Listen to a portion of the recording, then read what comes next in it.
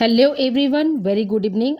I hope you are fine. Welcome to expert classes by Manju ma'am. Student, जैसा कि आप सभी लोग जानते हैं कि इस समय आप लोगों का हम मॉडल पेपर स्टार्ट किए हुए हैं. ये क्लास जो है MA first semester home science की क्लास है. आज से हम आप लोगों का पेपर 2 स्टार्ट करने वाले हैं, जिसे हम स्टैटिक्स एंड कंप्यूटर एप्लीकेशन कहते हैं. पेपर का नाम आपका स्टैटिक्स एंड कंप्यूटर एप्लीकेशन है. आज ये पार्ट 1 है स्टूडेंट. ठीक है, इससे पहले आप लोगों को लिए एक आवश्यक सूचना है स्टूडेंट की. इससे पहले हमने लास्ट ईयर में भी जो है स्टैटिक्स के क्लास लगाए हैं. तो इस वीडियो के डिस्क्रिप्शन बॉक्स में हम उस क्लास का जो है लिंक शेयर कर देंगे, और आप लोग जो है प्रीवियस ईयर पेपर जो है जाकर वहाँ से आप लोग सॉल्व कर लीजिएगा.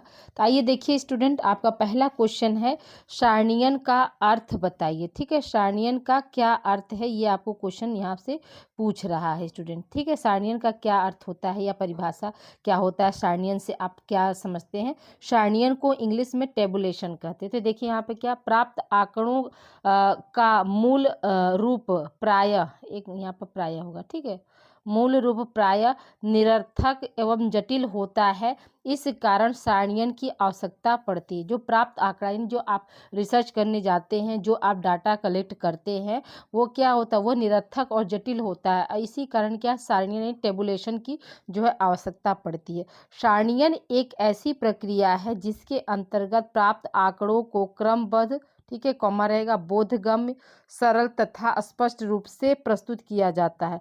सारणियन में प्रायः आंकड़ों को स्तंभों, जिसको इंग्लिश में क्या बोलते हैं, कॉलम्स बोलते हैं, और पंक्तियों यानी रो में, जिसको इंग्लिश में हम रोज बोलते हैं, इस आधार पर व्यवस्थित किया जाता है कि आंकड़ों का स्वरूप को समझने, तुलना करने और विवेचना करने में जो है पर्याप्त सुविधा मिल सके. ठीक है, तो जो सारणी होता है, देखिए सारणी जैसे ऐसे ऐसे करके क्या है, हम मतलब कॉलम बना लेते हैं, फिर ये क्या है आपका रो होता है. ठीक है, तो मान लीजिए जो हम आंकड़े प्राप्त किए, मान लीजिए यहाँ पर हमने मेल माने पुरुष को लिया, यहाँ पर क्या है फीमेल को ले लिया, यहाँ पे क्या है चाइल्ड को ले लिया.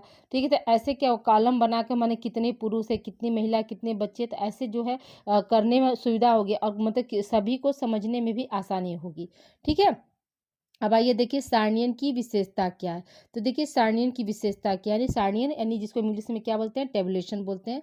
तो देखिए सारणियन की विशेषताएं जो है निम्नलिखित होती है. पहली विशेषता क्या है, शीर्षक द्वारा प्रस्तुत किए गए आंकड़ों के उद्देश्य को स्पष्ट करना. यानी जो भी शीर्षक है, ठीक है, जो भी हमने टाइटल लिया है, उसमें जो भी उसके आंकड़े हैं, उसके उद्देश्य को क्या करते हैं, जो सारणियन होता है या टेबुलेशन जो होता है, वो क्या उसके उद्देश्य को स्पष्ट करता है. फिर क्या, न्यून स्थान में समस्त आंकड़ों को प्रस्तुत करना. न्यून स्थान का मतलब कि कम स्थान में क्या है, जितने भी आंकड़े हैं उनको क्या करते हैं हम सारणियन के माध्यम से जो है प्रस्तुत करते हैं. फिर क्या, आंकड़ों को सरलता पूर्वक समझने योग्य बनाना. जो भी हमारे डाटा है उसको क्या करना, जो है उसको हम मतलब समझने पूर्वक, मतलब जो भी डाटा हमने लिया, आंकड़े लिए, तथ्य लिए, उसको क्या है आसानी से कोई भी व्यक्ति समझ ले, इसके योग्य कौन बनाता है, आपका सारणियन बनाता है. फिर क्या, आंकड़ों के विभिन्न अंगों में स्पष्ट संबंध स्पष्ट करना. यानी जो भी आंकड़े हमने लिए, किस किस क्षेत्र से लिए हैं, उन सब के संबंध आपस में क्या है, इसके उसको स्पष्ट करने के लिए जो सारणियन का जो है प्रयोग किया जाता है. अगला पॉइंट हमारा क्या, आंकड़ों को आवश्यकता पड़ने पर प्रतिशत आदि में सुविधा के लिए व्यक्त करना. तो जो आंकड़े होते हैं उसको क्या है परसेंटेज में हम कैसे व्यक्त कर सकते हैं, उसके लिए करते. फिर 7वां पॉइंट क्या, आंकड़ों को विश्लेषण योग्य स्थिति में प्रस्तुत करना. जो भी हमारे डाटा हैं उसको क्या है, उसको जो है विश्लेषण योग्य, मतलब हम कैसे उसका जो है विश्लेषण कर सकते हैं, एनालिटिक कैसे कर सकते हैं, इसके लिए क्या है प्रस्तुत करना. फिर क्या है, आंकड़ों का प्रदर्शन सुंदर व आकर्षक ढंग से करना. यानी जो भी हमने डाटा लिया उसको हम कैसे सुंदर और आकर्षक ढंग से प्रस्तुत कर सकते हैं, इसके लिए जो है सारणियन का जो है मदद लिया जाता है या उसका प्रयोग किया जाता है. अगला प्रश्न देखिए, अगला प्रश्न हमारा क्या है, संचयी आवृत्ति वक्र किसे कहते हैं. ठीक है, संचयी आवृत्ति वक्र जो है किसे कहते हैं, इसे देखते हैं. इसे संचयी आवृत्ति ग्राफ इसलिए कहते हैं क्योंकि इसमें संचित आवृत्तियों का वर्गांतरों के उच्चतम सीमाओं पर प्रदर्शित करके रेखा चित्र का निर्माण किया जाता है. संचयी आवृत्ति वक्र बनाते समय पहले व्यवस्थित अंकों को वर्गांतरों को शुद्ध वर्गांतरों में परिवर्तित कर लेते हैं, फिर आवृत्तियों से संचयी आवृत्ति जो है हम ज्ञात कर लेते हैं। देखिए संचयी आवृत्ति ये सब हम ना पढ़ाए हैं आपको, लास्ट ईयर की वीडियो आप देखेंगे तो उसमें आपको जो संचयी आवृत्ति की आवृत्ति क्या होता है, यानी आवृत्ति मतलब फ्रीक्वेंसी जिसको हम बोलते हैं, क्या होता है, ये सब हमने आपको लास्ट ईयर के वीडियो में दिया है। आप लोग प्लीज़ उसको जाकर जरूर लास्ट ईयर का वीडियो जरूर आप लोग देख लीजिएगा। अगला प्रश्न हमारा क्या है, अगला प्रश्न है मध्यमान की विशेषताएं और लाभ तथा दोष बताइए। यानी मध्यमान यानी मीन क्या होता है, उसकी विशेषता क्या होती है, उसका लाभ क्या था। देखिए सबसे पहले मीन का जो है सूत्र क्या होता है, तो यम बराबर, ठीक है, सिग्मा एक्स वाई एन, ये क्या है, मध्यमान का सूत्र होता है। जनरली क्या है आपके अति लघु क्वेश्चन में आपको जो है मध्यमान का सूत्र या मध्यमान का जो फार्मूला पूछ सकता है, तो आप यहाँ इसको आप याद कर लीजिएगा कि मध्यमान का सूत्र क्या होता है, यम बराबर सिग्मा एक्स बाई एन होता है। आइए देखिए मध्यमान की विशेषताएं हम बात करते हैं। मध्यमान की विशेषताएं क्या है, निम्नलिखित है। पहला विशेषता क्या है आपका, केंद्रीय प्रवृत्ति का सबसे अधिक शुद्ध माप होता है। जो मध्यमान है सेंटर, केंद्रीय प्रवृत्ति को इंग्लिश में क्या बोलते हैं, केंद्रीय प्रवृत्ति को हम इंग्लिश में सेंटर टेंडेंसी बोलते हैं। तो सबसे शुद्ध माप जो है क्या है आपका, मध्यमान होता है। देखिए केंद्रीय प्रवृत्ति के माप कितने स्टूडेंट होते हैं, तो याद रखिएगा केंद्रीय प्रवृत्ति के माप जो है 3 होते हैं। ठीक है, आपका कौन कौन सा है, तो पहला आपका हो जाएगा मध्यमान, ठीक है, मध्यमान। दूसरा आपका हो जाएगा मध्यांक, ठीक है, मध्यांक। और तीसरा आपका हो जाएगा बहुलांक, ठीक है, तीसरा क्या हो जाएगा, बहुलांक। इसको आप लोग याद रखिएगा कि केंद्रीय प्रवृत्ति के कितने माप होते हैं। आपको अति लघु में क्वेश्चन में आ जाए तो हम क्या बताएंगे, केंद्रीय प्रवृत्ति के जो है 3 माप होते हैं, मध्यमान, ठीक है, मध्यांक और क्या है, बहुलांक। ये क्या केंद्रीय प्रवृत्ति के तीनों माप हैं। आइए अब देखिए दूसरी विशेषता के बारे में बात करते हैं। दूसरी विशेषता क्या है, इसकी गणना दिए गए अंक विवरण की प्रत्येक शाखा से प्रभावित होती है। अर्थात मध्यमान की गणना में अंक वितरण की प्रत्येक संख्या का अपना विशेष महत्व तथा स्थान होता है, चाहे वह संख्या छोटी हो या बड़ी हो। उसके स्वरूप का माध्यम के स्वरूप पर प्रत्यक्ष रूप से प्रभाव पड़ता है। इसके विपरीत मध्यमान हो गया, यहाँ पर माध्यम नहीं, उसके स्वरूप का मध्यमान के स्वरूप पर प्रत्यक्ष रूप से प्रभाव पड़ता है। इसके विपरीत मध्यांक और बहुलांक की गणना प्रायः आरंभ होने वाली संख्याओं व अंत वाली संख्याओं का प्रभाव नहीं पड़ता है। ठीक है, मतलब आरंभ होने वाली संख्या और अंत वाली संख्या, अंत नहीं होगा, अंत वाली संख्याओं का प्रभाव नहीं पड़ता है। किस पे, आपका मध्यांक और बहुलांक पर। लेकिन जो मध्यमान होता है उसका क्या है, चाहे संख्या बड़ी हो चाहे संख्या छोटी हो, मध्यमान का जो है प्रत्यक्ष रूप से जो है प्रभाव देखने को मिलता है। लेकिन इसके विपरीत हम मध्यांक की बात करें और बहुलांक की बात करें तो उसमें क्या है, आरंभ होने वाली संख्याओं व अंत वाली संख्याओं पर क्या है, कोई प्रभाव नहीं पड़ता है। ये क्या है, ये अंतर भी हो जाएगा। अगला पॉइंट हमारा क्या है, अंक गणितीय मध्यमान से यदि हम एक अंक वितरण के विचलनों का पता लगाते हैं और फिर उनका योग करते हैं तो हमेशा जो है शून्य आता है। ठीक है, यानी कहने का मतलब क्या है कि मध्यमान यानी बीच में कैसे मध्यमान निकालते हैं, ये सब हम आप लोगों को लास्ट ईयर वाले क्लास में पढ़ाए हैं।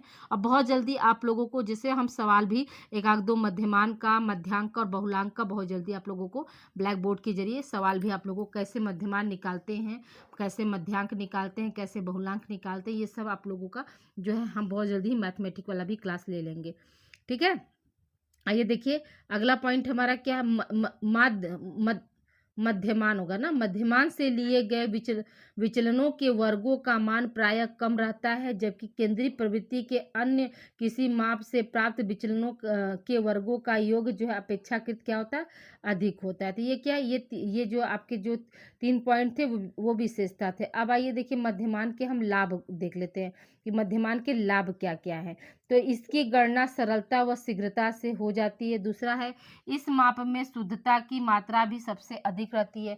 तीसरा है यह माप अपने अंक वितरण का एक ही संख्या में प्रायः अधिक शुद्ध रूप से प्रतिनिधित्व करता है। ठीक है। चौथा आपका लाभ क्या है, इसका अर्थ सामान्य व्यक्ति के लिए समझना प्रायः सरल होता है। पांचवा लाभ क्या है, इस माप से दूसरे समूह के प्राप्तांकों से तुलनात्मक अध्ययन में महत्वपूर्ण सहायता मिलती है। छठवां आपका क्या, इस माप का स्वरूप प्रायः अधिक अस्थायी व विश्वसनीय रहता है। सातवां क्या है, यह इस माप से अन्य सांख्यिकी माप होगा, माप नहीं, अन्य सांख्यिकी माप जैसे एसडी का मतलब होता है स्टैंडर्ड डेविएशन तथा सहसंबंध गुणांक आर की गणना में अत्यधिक जो है आवश्यकता होती है। ये क्या आपका लाभ हो गया स्टूडेंट, ठीक है। अब आइए देखिए हम दोष की बात करते हैं, यानी हानि की भी बात कर लेते हैं। देखिए इसकी मात्रा पर आरंभ व अंत की संख्याओं का अत्यधिक प्रभाव पड़ता है, ठीक है। मध्यमान अभी ऊपर ही बताया है आप लोगों को, जो मध्यमान होता है उसका डायरेक्ट प्रत्यक्ष रूप से जो है प्रभाव क्या है, जो संख्या आरंभ हो रही है और जो संख्या अंत में हो रही है उन पर क्या होता है, इसका अत्यधिक प्रभाव पड़ता है। दूसरा पॉइंट आपको क्या है, जब अंकों का वितरण, ठीक है, जब अंकों का वितरण सामान्य नहीं होता तब इसका प्रयोग प्रायः ठीक नहीं होता। इसका प्रायः उपयोग, यहाँ प्रयास नहीं होगा, प्रायः उपयोग केवल उसी स्थिति में उत्तम रहता है जबकि अंक वितरण का स्वरूप सामान्य हो, अर्थात आरंभ वाले अंकों की संख्या क्रमिक रूप से नीचे से ऊपर की ओर बढ़ती जाए और अंत वाली अंकों की संख्या क्रमिक रूप से ऊपर से नीचे की ओर कम होती जाए और मध्य में जो है अंकों का जो वितरण हो सबसे अधिक हो, वही तभी क्या है मध्यमान हम कर सकते हैं, अदरवाइज नहीं कर सकते हैं। फिर क्या है, जब अंक वितरण अपूर्ण हो तथा मध्यमान का उपयोग ठीक नहीं होता हो, ठीक है। तो ये क्या थे आपके जो है मध्यमान के जो है दोष थे। अब आइए देखिए हम बात करते हैं अगले प्रश्न की ओर। देखिए यहाँ पर क्वेश्चन है कि साक्षात्कार की परिभाषा दीजिए। ये 2025 में ये क्वेश्चन आया था स्टूडेंट, ठीक है। 2025 में क्या था, अब ये सारे क्वेश्चन आपके रिसर्च मेथोलॉजी से जो है फर्स्ट पेपर से ज़्यादा क्वेश्चन आए थे, जबकि कंप्यूटर स्टैटिक्स से जो है क्वेश्चन आपके कम आए थे। यानी नाम तो इसका ये है कि सांख्यिकी एवं कंप्यूटर अनुप्रयोग, जिसको हम इंग्लिश में क्या बोलते हैं, स्टैटिस्टिक्स एंड कंप्यूटर एप्लीकेशन बोलते हैं। लेकिन क्या था 2025 में ज़्यादातर क्या रिसर्च से क्वेश्चन, यानी जो हमने आप लोगों को 6 मॉडल पेपर जो है फर्स्ट पेपर का हमने दिया है, आप लोग उसको भी बारीकी से पढ़ के जाइएगा और लास्ट ईयर का जो भी वीडियो है मेरा, ठीक है, उस फर्स्ट पेपर के क्लास में भी वो सारे वीडियो के हमने लिंक दे दिए हैं आप लोगों को। तो फर्स्ट पेपर का भी आप लोगों को सेकेंड पेपर में पढ़ना है और सेकेंड पेपर का भी आप लोग क्या फर्स्ट पेपर में पढ़ के जाइएगा। यानी सांख्यिकी का भी कुछ पोर्शन, जैसे सांख्यिकी का अर्थ परिभाषा हुआ, सांख्यिकी की सीमाएं हुई, सांख्यिकी के गुण दोष हुए, सांख्यिकी की विशेषताएं हुई, ये क्या आपको फर्स्ट पेपर में भी पूछ सकता है, ठीक है। उसी तरह से हमने आपको बताया कि सेकेंड पेपर में क्या है आपको मतलब रिसर्च का भी पूछेगा, यानी आप लोगों को दोनों पेपर अच्छे से पढ़कर आप लोग जाइएगा, ठीक है। अब आइए देखिए हम साक्षात्कार की परिभाषा की बात करते हैं। तो देखिए साक्षात्कार का अंग्रेजी रूपांतरण इंटरव्यू है। अंग्रेजी का शब्द इंटरव्यू 2 शब्दों से मिलकर बना था, इंटर अर्थात प्लस व्यू, अर्थात यहाँ पर इक्वल टू का इंटरव्यू, ठीक है। इंटर प्लस व्यू मिलाकर क्या हो जाएगा, इंटरव्यू हो जाएगा। इंटर का अर्थ है आंतरिक और व्यू का अर्थ है अवलोकन करना, यानी आंतरिक अवलोकन करना जो है आपका क्या है, इंटरव्यू का जो है शाब्दिक अर्थ हो गया। देखिए इस प्रकार इंटरव्यू का सम्मिलित शाब्दिक अर्थ है आंतरिक अवलोकन करना, ठीक है। अभी हमने बताया इंटरव्यू का शाब्दिक अर्थ क्या होता है, आंतरिक अवलोकन करना। अब आइए देखिए हम परिभाषा की बात कर लेते कि परिभाषा इसका जो किसने क्या दिया था। तो देखिए यहाँ पर परिभाषा क्या है, व्हाइटलेस के अनुसार साक्षात्कार वह सम्मेलन है जो साक्षात्कार लेने वाले और साक्षात्कार देने वाले के बीच घटित होता है। साक्षात्कार क्या है, इंटरव्यू क्या है आपका, तो वह सम्मेलन है जो कि क्या साक्षात्कार लेने वाले और साक्षात्कार देने वाले के बीच क्या होता है, घटित होता है। फिर क्या है आपका चैपलिन के अनुसार साक्षात्कार आमने सामने होने वाला एक वार्तालाप है। वार्तालाप का मतलब कि बातचीत है, ठीक है, जिसका उद्देश्य तथ्यपूर्ण सूचना प्राप्त करना होता है। और तीसरी परिभाषा क्या है, गुडे और हैट के अनुसार मौलिक रूप से साक्षात्कार सामाजिक अंतःक्रिया की एक प्रक्रिया है, ठीक है। तो ये तीनों परिभाषा आप लोग अच्छे से याद कर लीजिएगा कि अगर इंटरव्यू का पूछे तो आप उसमें भी कर सकते हैं और आप लोग जो है इसमें भी कर सकते हैं, ठीक है। यानी दोनों पेपर में आ सकता है, यानी फर्स्ट पेपर में भी आपका इंटरव्यू से क्वेश्चन आ सकता है और सेकेंड पेपर में भी आ सकता है। अब आइए देखिए अगले प्रश्न की ओर बढ़ते हैं। अगला प्रश्न हमारा क्या, प्रतिदर्श का क्या अर्थ है। प्रतिदर्श को इसको हम हिंदी में क्या बोलते, सॉरी, प्रतिदर्श का दूसरा नाम क्या है, प्रतिचयन, और इंग्लिश में इसको हम क्या बोलते हैं, सैम्पलिंग बोलते हैं। इंग्लिश में हम क्या बोलेंगे स्टूडेंट, सैम्पलिंग बोलते हैं। इंग्लिश भी इसका जानते रहिएगा। प्रतिदर्श या इंग्लिश को में हम इसको क्या बोलते हैं, सैम्पलिंग बोलते हैं। तो देखिए प्रतिदर्श को ही हम प्रतिचयन कहते हैं। देखिए प्रतिचयन का अर्थ वह प्रक्रिया है जिसके द्वारा प्रतिदर्श का चयन किया जाता है। जैसे परिभाषा देख लीजिए, परिभाषा क्या है, आपका किसी जनसंख्या या समष्टि से उसके प्रतिनिधित्व स्वरूप के एक अंश को चुन लेने को प्रतिचयन कहते हैं। यानी कहने का मतलब क्या हुआ कि जैसे हम मसाला वसाला यूज करने से पहले क्या करते हैं, हम उसका छोटा वाला पाउच लेते हैं, या इसको आप ऐसे समझिए, जैसे आपका शैम्पू हो गया, तो शैम्पू तो पहले बॉटल का तो हम खरीदते नहीं, पहले उसको क्या करते हैं, पाउच लेते हैं। तो पाउच में भी वही सारे क्वालिटी, वही सारी विशेषता पाई जाएगी जो कि आपके क्या है, बड़े वाले डब्बे में शैम्पू में पाया जाता है। यानी छोटा सा पाउच जो है वो आपके क्या है, बड़े वाले डब्बे की सारी विशेषता को बता रहा है। वही हमारा क्या है, वही हमारा सैम्पलिंग होता है। तो उसी तरह से यहाँ पे क्या है कि किसी जनसंख्या और समझते, पूरे जनसंख्या को तो हम एक साथ नहीं कर सकते, लेकिन हाँ जनसंख्या में से कुछ 10-15 लोगों को हम उठाए इट मीन्स लिए, ठीक है। लेने के बाद उनका हम एनालिसिस किए या उनका मूल्यांकन किया, उस पर हम रिसर्च किए, तो उसमें जो भी क्वालिटी पाई गई वो क्या हुआ, वो पूरे मतलब उस जनसंख्या को जो है उस जनसंख्या का जो है प्रतिनिधित्व करता है कि मतलब जो इन 10 व्यक्ति में जो गुण पाए जा रहे हैं, जो क्वालिटी पाए जा रहे हैं, वो क्या पूरे गांव की जनसंख्या में पाई जा रही है, ठीक है। यही मतलब होता है। चैपलिन का अनुसार क्या, प्रतिदर्श के चयन प्रक्रिया को ही क्या है, प्रतिचयन करते हैं। प्रतिदर्श के चयन प्रक्रिया को ही हम क्या किस नाम से जानते हैं, प्रतिचयन के नाम से जानते हैं। अब आइए देखिए अगले प्रश्न की ओर बढ़ते हैं। ये देखिए 2024 में ये क्वेश्चन पूछा था। अभी तक ऊपर वाला सब 2025 का था, ये 2024 में पूछा था कि सहसंबंध से आप क्या समझते हैं, यानी को रिलेशन से आप क्या समझते हैं। तो देखिए जब दो या दो से अधिक चरों या घटनाओं में सहचरात्मक संबंध पाया जाता है तो ऐसे पारस्परिक संबंधों को हम सहसंबंध कहते हैं।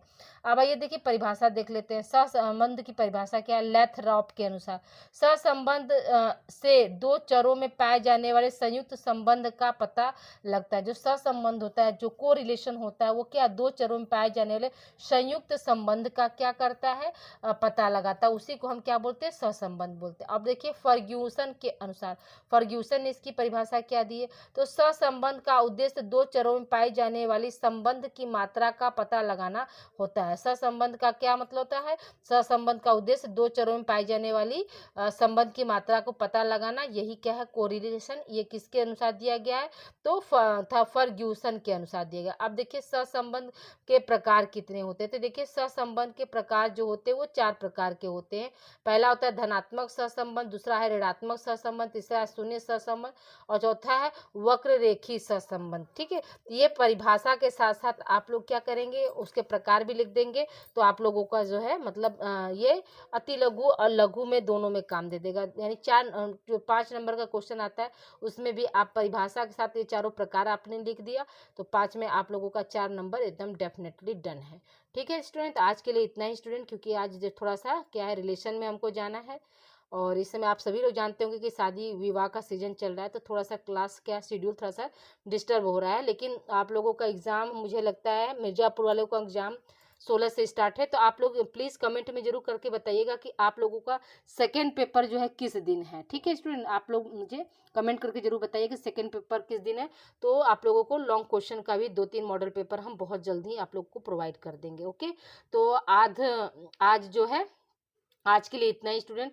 जो है माह बिंदवासी यूनिवर्सिटी जो मिर्ज़ापुर है, उनका एग्ज़ाम जो है 16 फरवरी से स्टार्ट है। देखिए काशी विद्यापीठ वाले बच्चे कंफ्यूज ना हो, ठीक है, क्योंकि काशी विद्यापीठ वाले बच्चों का जो है अभी क्या फॉर्म ही नहीं फिलअप हुआ है, लेकिन जो है मिर्ज़ापुर यूनिवर्सिटी जो माँ बिंदवासिनी नाम से है, उनका क्या शेड्यूल आ गया। तो आप लोग प्लीज़ जो है कमेंट सेक्शन में हमको लिख कर बताइए कि किस दिन आप लोगों का जो है सेकेंड पेपर है स्टूडेंट। ओके, फर्स्ट पेपर का तो हमने आप लोगों को पर्याप्त मात्रा में वीडियो दे दिया, आप उतना ही पढ़ के जाइएगा। सेकेंड पेपर का लास्ट ईयर मतलब प्रीवियस ईयर पेपर देख लीजिए, प्लस अभी लेटेस्ट का हम जो है क्वेश्चन आप लोगों को दे ही रहे इस समय प्रेजेंट टाइम में। तो प्लीज़ आप लोग कमेंट सेक्शन में जरूर आप बताइएगा कि आप लोगों का सेकेंड पेपर जो है कब है। ओके, मिलते हैं हम अगली क्लास में। Thank you for watching student.